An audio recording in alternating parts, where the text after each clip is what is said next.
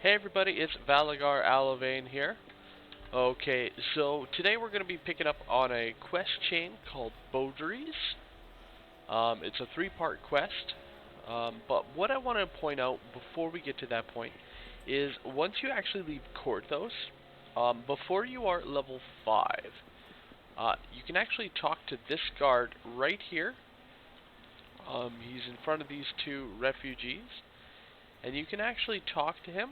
It gives you an option here, a speechcraft option or a haggle option, and you can actually bluff him, which will give you 500 free experience and a random item. So, still a little extra that a lot of people are unaware of. Alright, so here's Baudry. He comes right at the end of the dock here. We can talk to him. Now, his quest is a three-part quest. So after each part, you need to come and talk to him. This first part here, what happens is basically you got to protect this giant crate in the center. Now, the recommendation here is very first thing, break all the boxes. It just makes it a little easier, that way you don't have to deal with it during the quest, as it doesn't actually start until you talk to Timbre. Now the quest itself is a you know what, let's summon our dog here to speed that up a little bit. Now the quest itself is fairly straightforward. It just spawns a whole bunch of kobolds in, and we gotta kill them. Make sure that they don't break the box, which they can break the box, so you know, you gotta be a little bit careful not to let it take too much damage there. There are some tricks to that, one of which being if you actually are able to charm them or stop them from attacking in any way, be it fascinate, what happens is the next waves don't spawn in until all of them are dead. So if you are able to, say, charm the first wave or fascinate the first wave and keep them basically stun locked, then you'll never have to worry about them spawning in the stronger versions. As I'm a few past lives in, it won't be too bad for an issue for us. As you see, we only got to kill them for protected for 5 minutes. Now, as you see, it also states that in order to complete, you do need to kill at least 10 kobolds. Now, why this is still doable even if you stun lock them is at the end it does spawn in a bunch of them, so it will still provide you with the required kobolds to kill even after the quest is completed.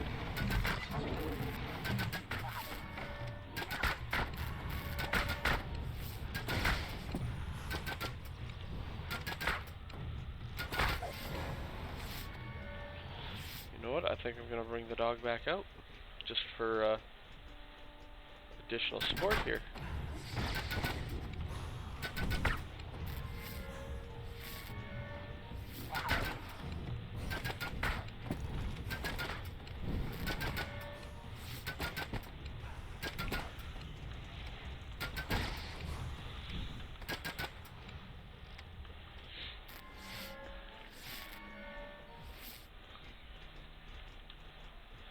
Now again, the longer that you go,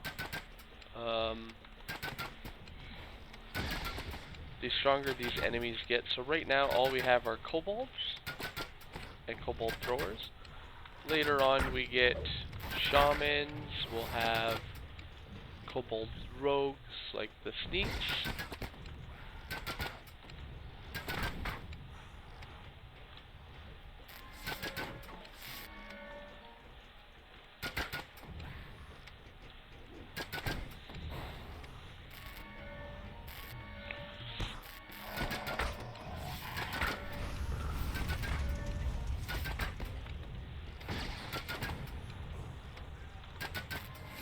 in some of the warriors now.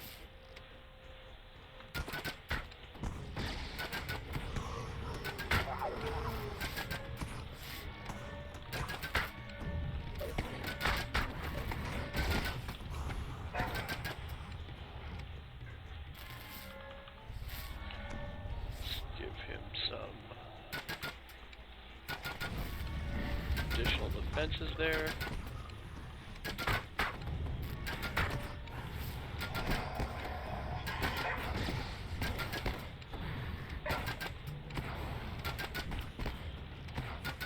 So I will point out, the faster that you do kill them, the faster it does spawn the stronger waves. Though if you are going the route of killing, there's not much you can do about that. And here come the shamans.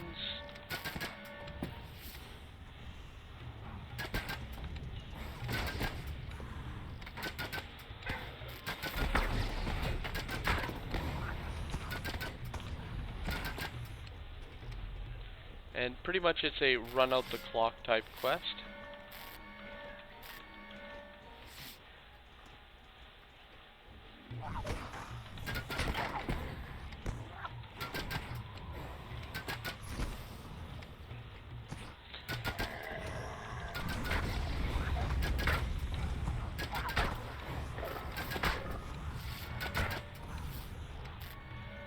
So as you can see, as we're progressing and they are hitting the crate, it is dropping its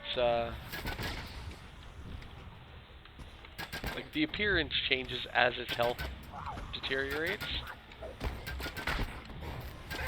For the most part, it isn't too bad. Like, it does have a few stages here. The biggest one to watch out for are those lightning bolts, as the cobalt lightning bolts can do a lot of damage. I know myself, I've been one shot by them before. If they get one good critical hit off, that's, you know, all it can take at times.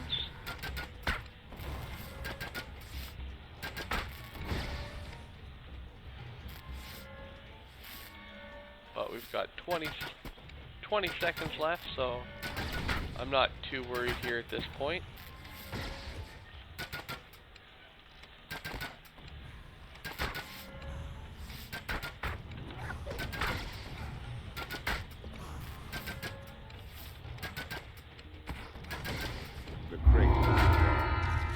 So this is what I was talking about. Once it is completed here, it throws them all in these little nets. And it always gives you, like, the ones that you need in order to be able to actually complete to get those 10 kills. From here, there is a chest there. And if it's still there, it is not. So we got the chest right here, and that's it. We can exit to the harbor. Now, the next part of this chain, again, all we got to do is run back to Baudry. Now, I do want to point out, if you are looking at your map, you'll notice it's pointing us to the Wayward Lobster. Baudry used to be able, he used to be inside the tavern there, and they just never updated where it's sending you to. So just make sure to keep coming back to the same spot here at the edge of the dock, and that'll be his location here. So the next one here, we enter in the side path.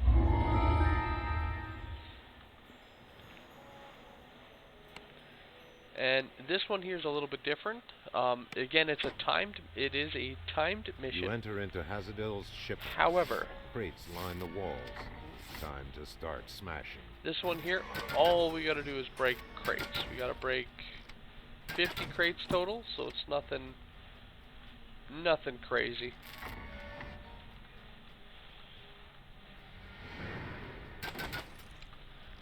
And it's a fairly simple one, especially if you're with a party.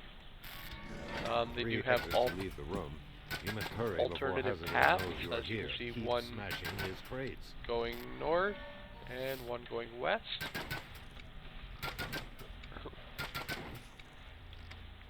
And there are also more than 50 crates as well.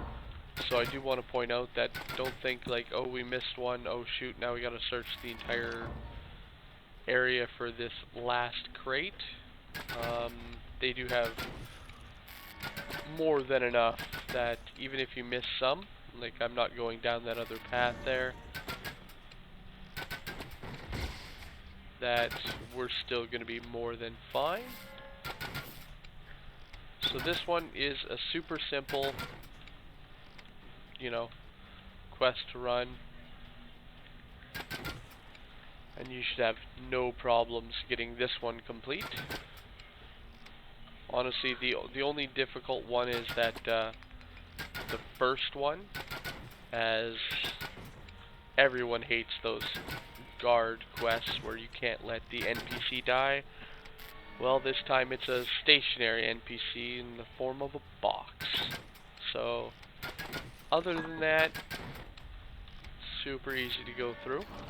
Now, I do want to point out, while you are running this, it is handy to semi-learn the layout of the quest, as you will be here next, directly again in the third and final part of this quest. As the last crate splinters to bits, you know Alright, that you so have successfully stopped let's head off Hazadill's to that illicit last trade. part. So as you can see with the quest, it has two parts where it kind of splits off right at the end, where you can kind of choose left or right. Alright. And again, it does point us to over here to the Wayward Lobster Tavern, but he's again just down there at the docks. Alright, so the final part, it is now an actual quest that we've been familiar with.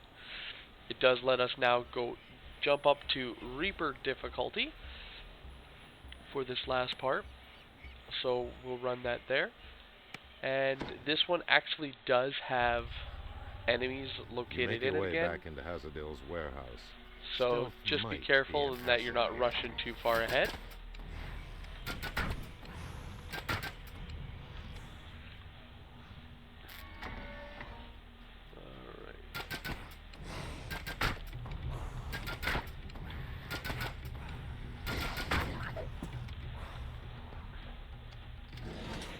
A wary kobold guards this room. You may be forced to fight.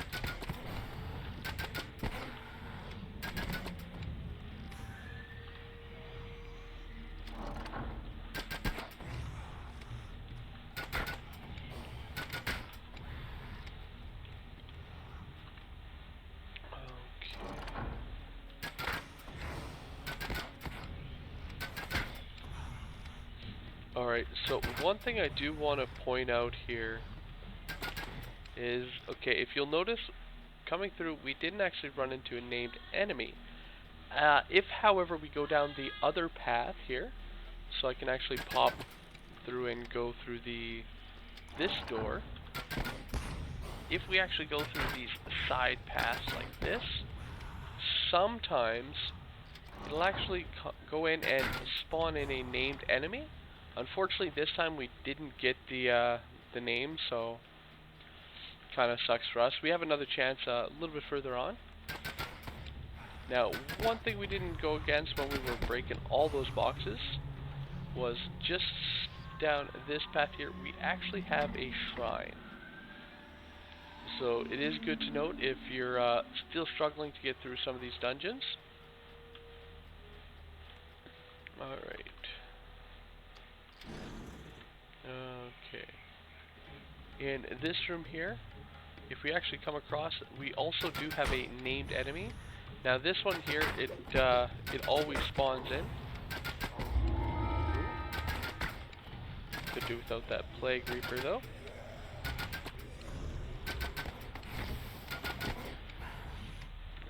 And he does have a chest here. Now he does have a unique named item here that can sometimes drop. It is a Ring of Rage, which just gives you a bonus, a bonus clicky that allows you to cast Rage, which boosts your Constitution and your Strength. Alright, so another one to point out here at this crossroads, if we do head to the west here, through this door, there is sometimes, and I do mean sometimes, he's not usually up. Oh, but sometimes you can actually get another named hobgoblin, or sorry, bugbear, appearing, and he does as well drop a chest. Though I do want to point out he very often does not spawn in.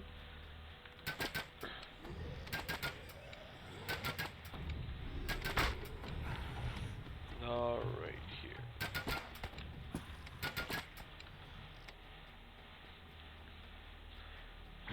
So, just like before, how depending on which path you take, it may or may not spawn in an enemy. This path here is the same thing. So, we lucked out and got him on the first side. However, if you don't get him on the first side and you do want to go back and actually get that named enemy, if you, however, then turn around, come back and choose the different side, when you pull this lever, he may actually then spawn in here as well.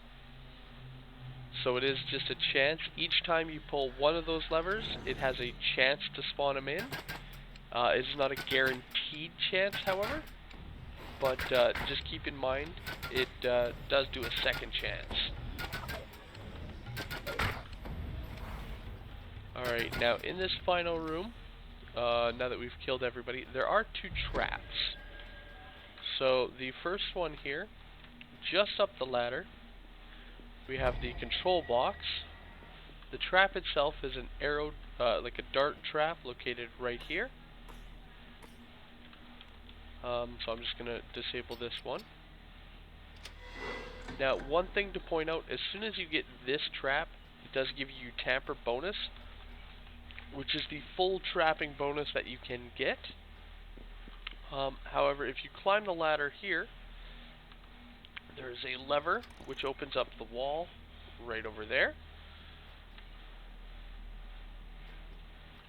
And again, there is a trap. Now this one here, if you can position yourself correctly, so you can see the traps here. If you position yourself correctly between the main one here and the side piece here, you can actually get and open the trap without it ever hitting you.